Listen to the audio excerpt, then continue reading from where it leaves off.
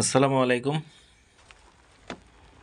আপনারা যখন কোনো ইউজড ল্যাপটপ কিনবেন তখন ল্যাপটপের ব্যাটারি হেলথ কিভাবে চেক করবেন, এই জন্য আপনারা চলে যাবেন টাস্কবার থেকে টাইপ করবেন CMD, enter চাপবেন।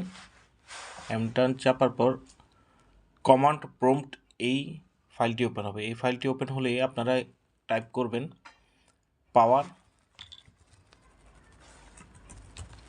CFG / battery report, enter চাপবেন।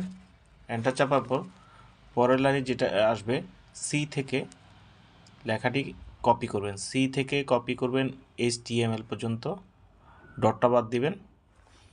Ctrl+C দিয়ে কপি করলাম।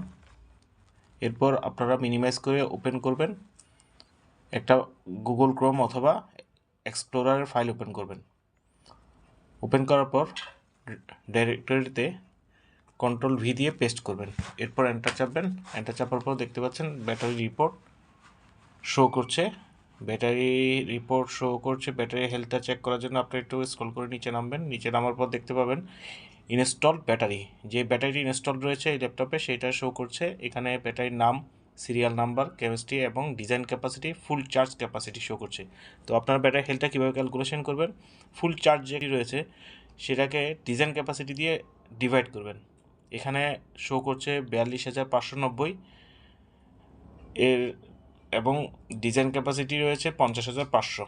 আপনারা 42,590কে 50,500 দিয়ে ভাগ করলেই ব্যাটারি হেলথটি পেয়ে যাবেন। এখানে সম্ভবত এটি 80% অ্যাবভ শো করছে। আপনারা আপনাদের ল্যাপটপের ব্যাটারি হেলথের যে রিপোর্ট রয়েছে সেটি ক্যালকুলেশন করে ব্যাটারি হেলথটা সহজেই নির্ণয় করতে পারবেন। ধন্যবাদ সবাইকে।